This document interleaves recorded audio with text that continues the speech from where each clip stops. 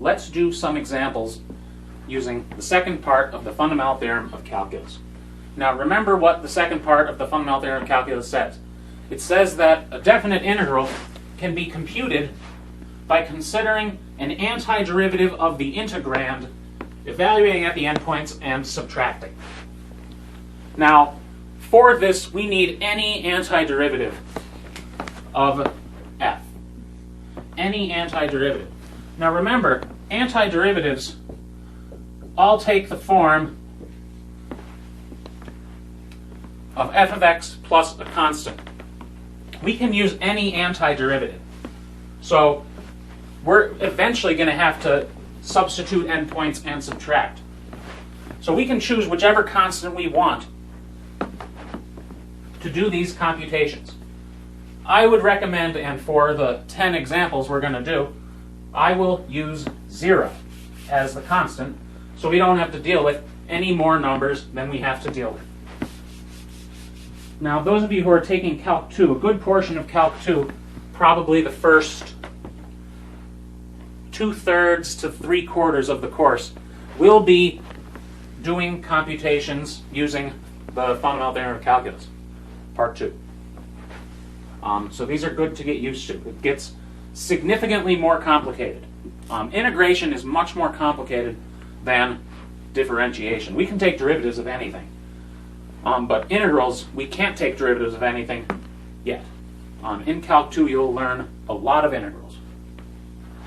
So let's do 10 examples. Let's start with these 4. Remember, what we need is an antiderivative of lowercase f, an antiderivative of the integrand, and we can find antiderivatives by using the indefinite integrals chart.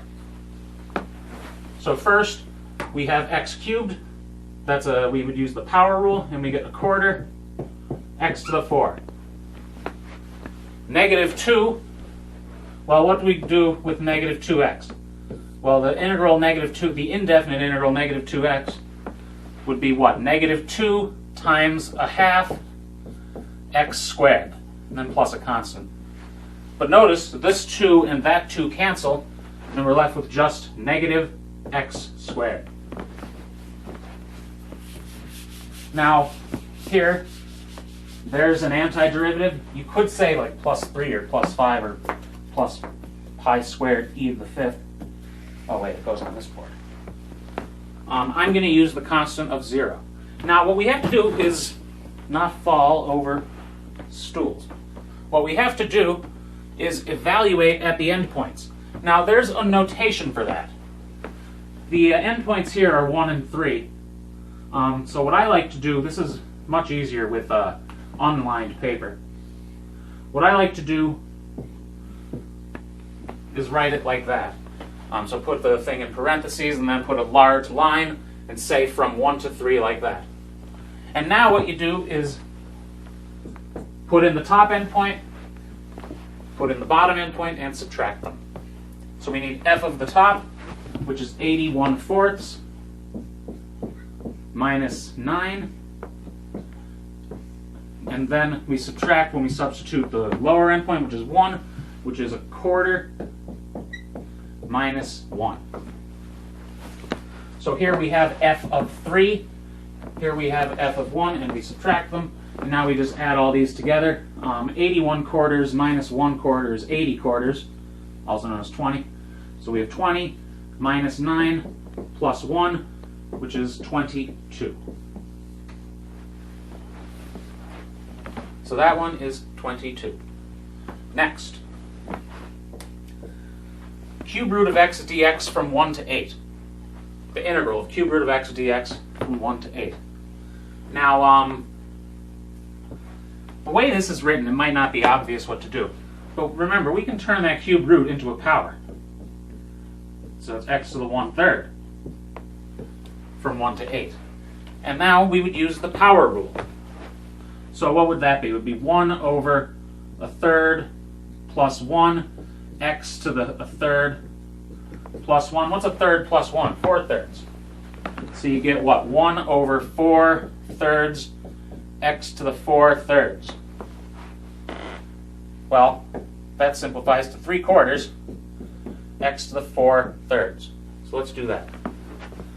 Equals 3/4 x to the 4/3, and here we're evaluating from 1 to 8.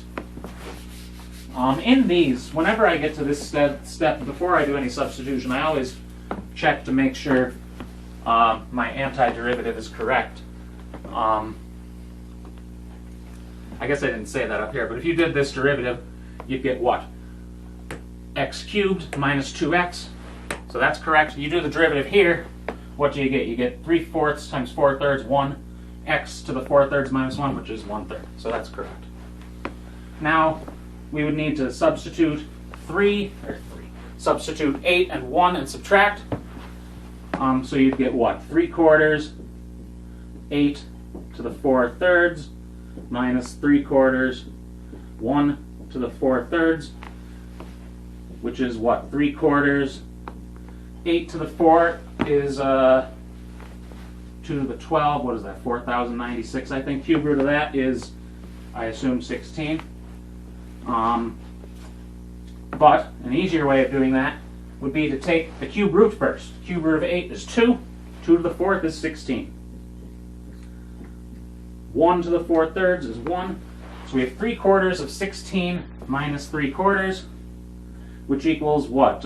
12 minus 3/4. So what's that? 45/4. So we get 45/4.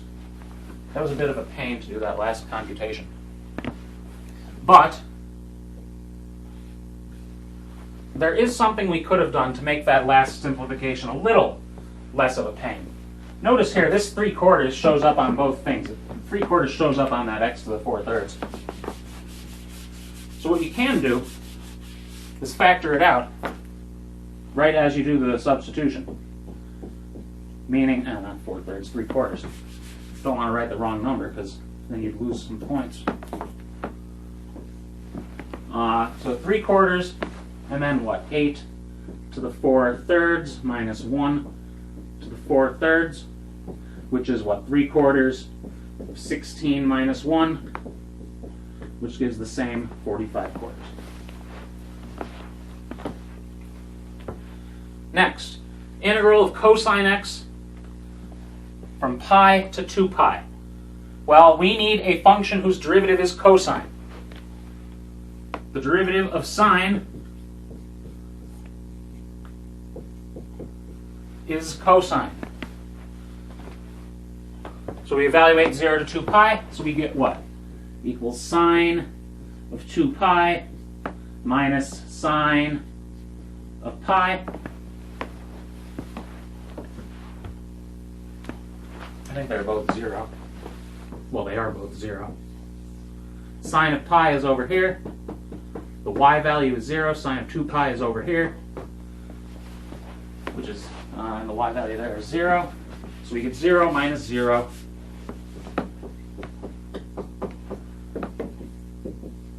Which is 0. Next, integral 0 to pi over 4, 7 secant tangent. Well, the first thing we'll do is pull out the 7. Once you do that, you don't even have to look at that 7 anymore. All you have to look at is the secant tangent. Now we need a function whose derivative is secant tangent. Well, there is one.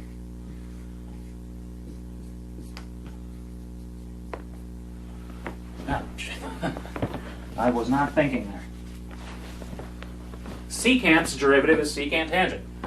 So the derivative of this is 7 secant x tangent x, which is what we have here. We're evaluating from 0 to pi over 4. So this equals 7 times secant of pi over 4 minus secant of 0. So what do those equal? I guess I'll erase up here to draw a triangle. So we have pi over 4, so we need the triangle with a pi over 4. It's in quadrant 1. So pi over 4, pi over 4, pi over 2, 1 to 1 to root 2. Secant is adjacent over hypotenuse flipped around. So hypotenuse over adjacent, root 2 over 1. So we get 7 root 2 and secant of 0. I guess I have it up here. Cosine of 0 is 1. So secant of 0, cosine of 0 is 1. So secant of 0 is the reciprocal of 1, which is 1. So we get 7 times the square root of 2 minus 1.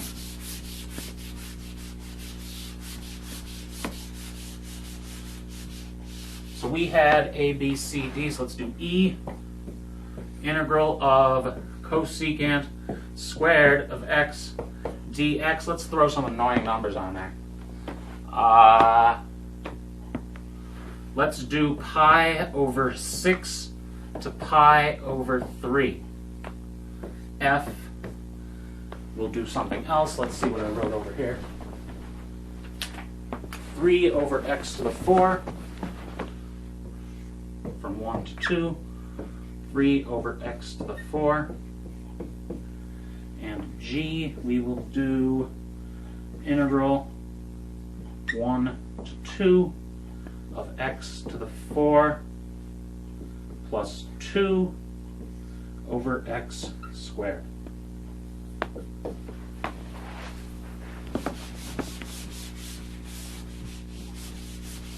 So first, we need a function whose derivative is cosecant squared. Well, the derivative of cotangent is negative cosecant squared.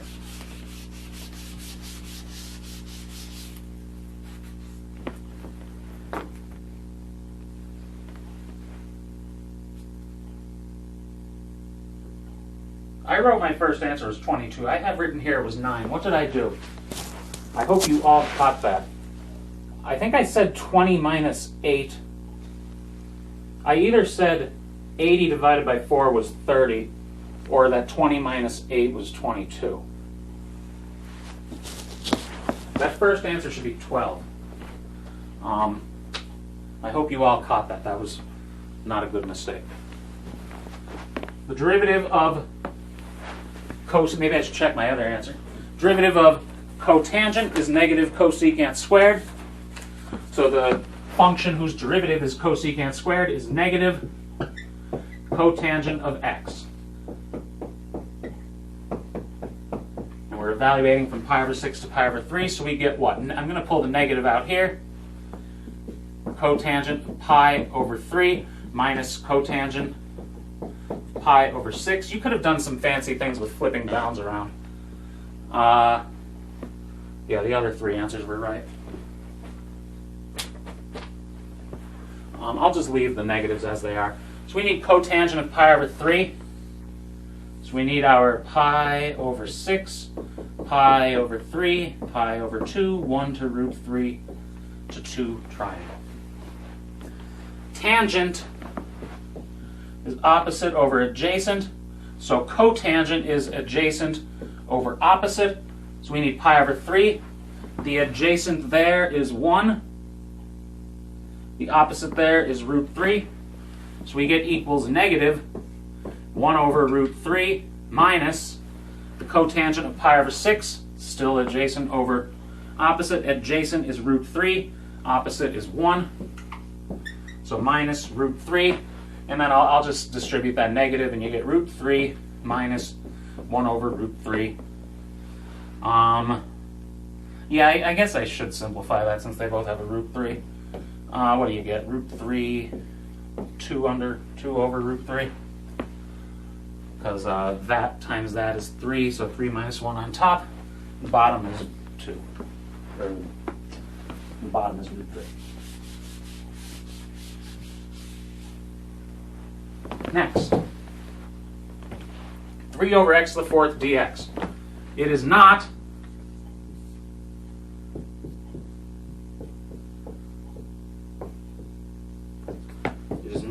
equal to that. You can't just go through, maybe if you did that, maybe you would have thought it should be that. It is not equal to that. You can't just go through quotients and do them piece by piece with integrals. We have to rewrite it so that it looks like one of the indefinite integrals. And we can do that here.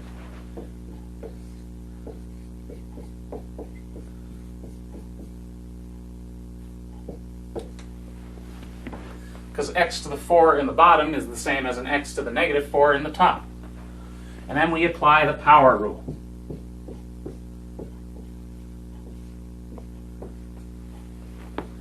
Negative 4 plus 1 is negative 3. Divide by negative 3, which kills off that 3. Make the exponent negative 3. So you get negative x to the negative 3 from 1 to 2. Check your derivative here, and you get what? Negative 1 times negative 3, which is positive 3, times x to the negative 4. So I'll just say up here equals 2 over root 3. So this one, to do this final simplification, I'm going to rewrite it as a fraction because I think they're easier to do the substitution on. So it equals, what, negative 1 over x cubed from 1 to 2, which equals negative 1/8 plus 1. When you substitute 2, you get negative 1/8. Then you subtract a negative 1. When you substitute 1, you get negative 1, so you subtract a negative 1, and that makes 7/8, which is correct. Now let's look at this next one. Again, you can't do this piece by piece, but what we can do is reduce this fraction. So this equals what? Integral from 1 to 2 x squared plus 2x to the negative 2.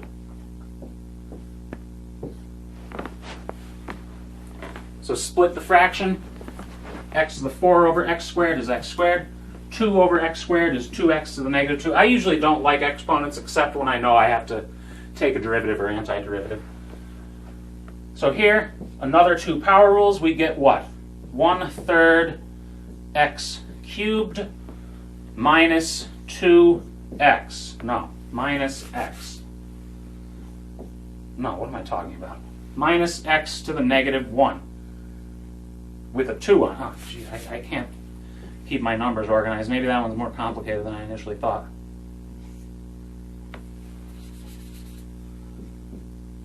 Fortunately, once I write it like that, I can check my answer by taking a derivative. So here, derivative of this is just x squared. Derivative of negative 2x to the negative 1. What's that derivative? Well, multiply, so you get 2x, subtract 1, so 2x to the negative 2. And of course, I eventually got this using the power rule, which would be what? 2 times 1 over negative 2 plus 1 x to the negative 2 plus 1. Negative 2 plus 1 is negative 1, so you get negative 1 times 2, negative 2, x to the negative 1. Now we need to substitute 1 and 2, and what do we get? This is going to be an annoying substitution, it looks like. I might not have room going across that board there, so I'll go up here to finish this one. Equals, substitute 2, you get 8/3 minus 1. So 2x to the negative 1 is the same as 2 over x. When you substitute 2 into that, negative. You get 8/3 minus 1. When you substitute 1, what do you get? 1/3 minus 2. So what does that equal? This equal sign goes after this. So that equals 7/3, negative 1, positive 2. Makes a positive 1. And 7/3 plus 1 is 10/3. Let's look at 3 more examples. Let's look at, what letters did I do? A through, so H. H, integral 0 to 2 of e to the x dx. Let's actually do 4 more examples. I, integral from 1 to 2 of root x plus 1 over x dx. J, integral 0 to 1, 4 over 1 plus x, which way did I write it?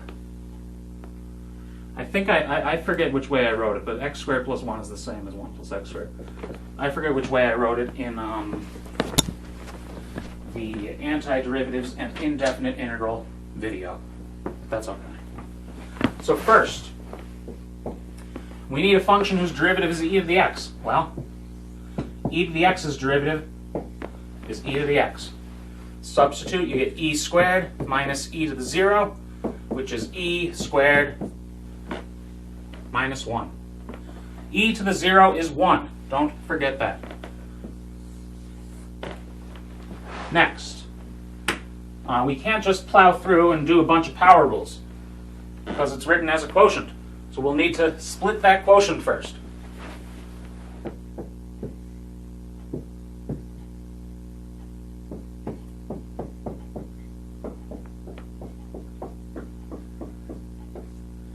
And the goal in doing these is to make all the things that are added together, make them look like something in the table of indefinite integrals. So this first one, root x over x, I wrote as x to the negative half because it looks like x to some power. But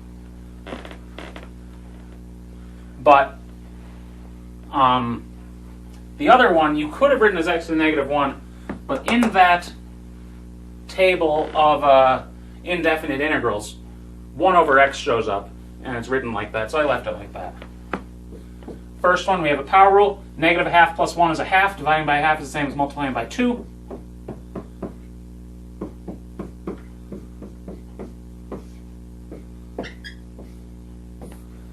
We talked about that one actually in the antiderivatives and indefinite integrals video. But you get that using the power rule. Negative a half plus 1 is a half. So you get 1 over a half times x to the half. 1 over a half is 2. And now we just need to substitute. So what do we get? Equals 2 root 2 plus log 2. Don't forget the absolute value. Log of absolute value of x. Minus, so I'll write minus 2 plus log 1. What's log of 1?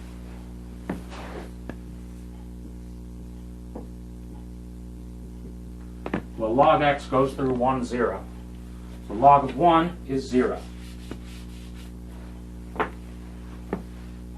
So we get equals 2 root 2 log plus log 2 minus 2. That would have been a good final exam question with all those 2's. And log of 1 is 0. Next. 4 over 1 plus x squared. Well, first, I'm going to pull out the 4.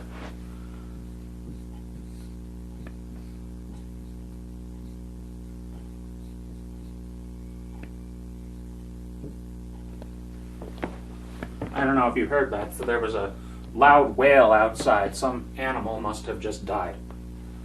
So first, I'll pull out the 4. Maybe not. And we're left with 1 over 1 plus x squared. Well, we know how to do an integral of 1 over 1 plus x squared. The integral of 1 over 1 plus x squared is in that chart. It is the inverse tangent of x. The derivative of inverse tangent is 1 over 1 plus x squared. So the derivative of 4 inverse tangents is 4 times 1 over 1 plus x squared. So that works. And now we just need to find, so we have 4 times the inverse tangent of 1 minus the inverse tangent of 0. The angle whose tangent is 1. Well, where have we seen that? In a pi over 4, pi over 4, pi over 2.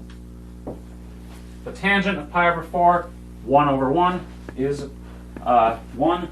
So the inverse tangent of 1 is pi over 4.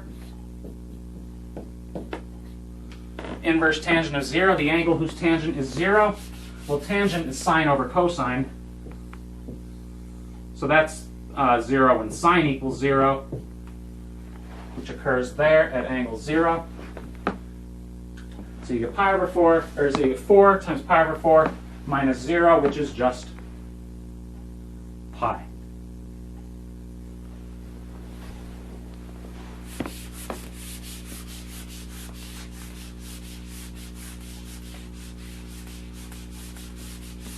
Oh, I shouldn't have erased those directions. I have one more to do. I guess I'll erase everything out here. This one might take a good bit of writing.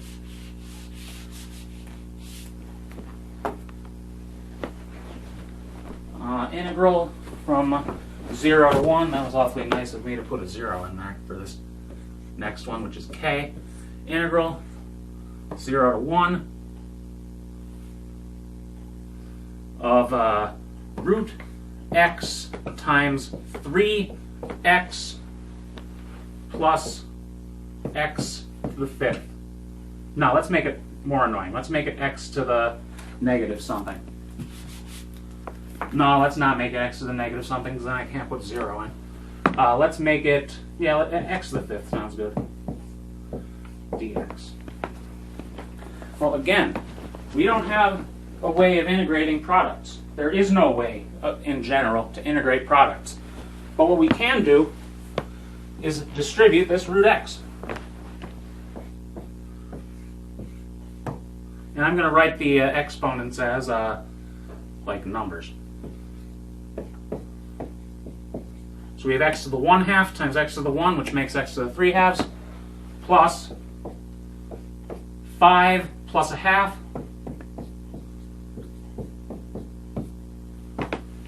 is 11/2. So we have 3x to the 3/2 plus x to the 11/2. Well, how can we deal with this? Well, a couple of power rules. Let's erase. Now let's not erase. Let's just do it over here. So for x to the 3/2, what would it be? 1 over 3/2 plus 1. X to the 3/2 plus 1. 3/2 plus 1 is 5/2.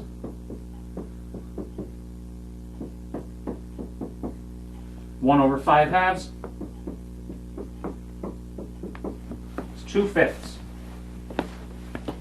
So an antiderivative of x to the 3/2, 2/5 x to the 5/2. But there's also a 3 on there.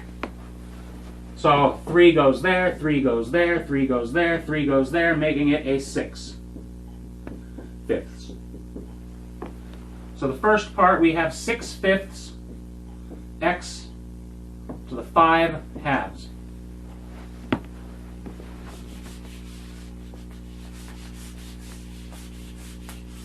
Well, what about the other thing, x to the 11/2? Well, yeah, I guess I'll erase it. X to the 11/2. Well, again, using a power rule, we'd get what? 1 over 11/2 plus 1, x to the 11/2 plus 1. 11/2 plus 1 is 13/2.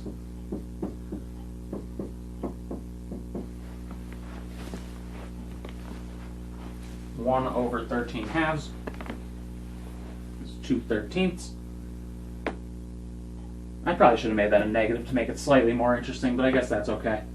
Plus 2 over 13, x to the 13/2.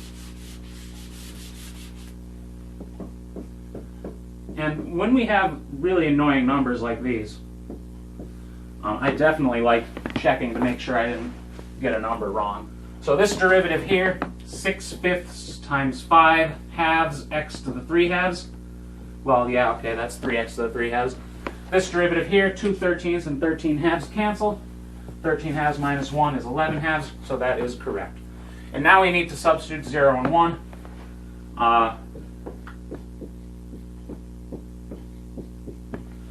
When you substitute 1, I mean 1 to the 5/2 and 1 to the 13/2 are both the same. They're both 1. When you substitute 0, you get 0. So it would be, this is when you substitute 1, and then it's minus 0 plus 0 in this case. So I'm not even going to write that. 2/5 plus 13/2, cross multiplication, 78, 10, 65,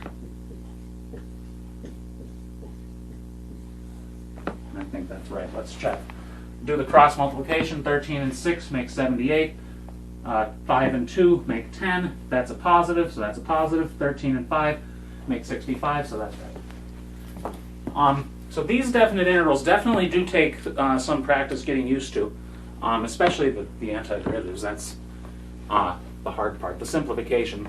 Some of them can be a little annoying, but definitely get used to the antiderivative, especially if you're taking Calc 2. This is like week 1 of Calc 2. Being sure that you can do these so that you can do them when they become hard. But it's also important in Calc 1 because it's a topic in Calc 1. So definitely practice the ones on the homework. Well, practice the ones on the worksheet. Try the ones on the homework and see how they go.